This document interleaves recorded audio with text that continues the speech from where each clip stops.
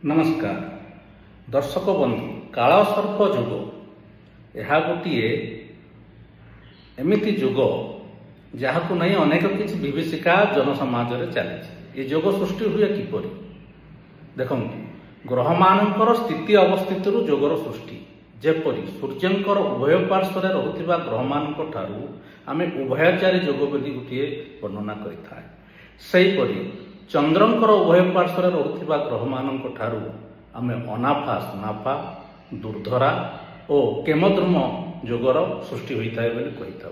सेहीपरि शनि जदि चंद्रयुक्त होती विषचंद्र जोग व विषयोग बोली आम कही था।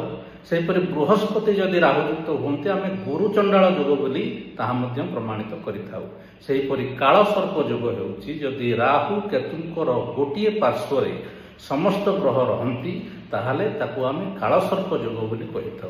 यार वर्णना महर्षि पराशर और बराह मिहिर परी दिगद्रष्टा माने शास्त्र रे करि जाइछंती।